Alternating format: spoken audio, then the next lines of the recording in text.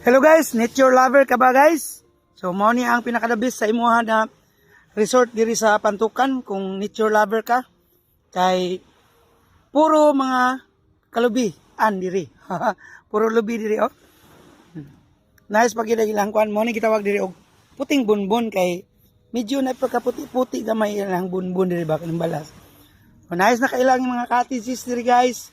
Nya kung gusto kag table lang na dito sunahan na ditong tables dito 200 lang ang table so niyang cottage 500 pero day tour ng 500 unya kung mag-overnight mo charge pa mo og 600 pero ang pinaka the best diri is ang entrance fee 10 pesos lang di ba so nice gyud kay diri gusto ka magdala ka og tent no kita mo na diri oh the only in Pantukan na ni guys so walay lain diri sa Pantukan ni unani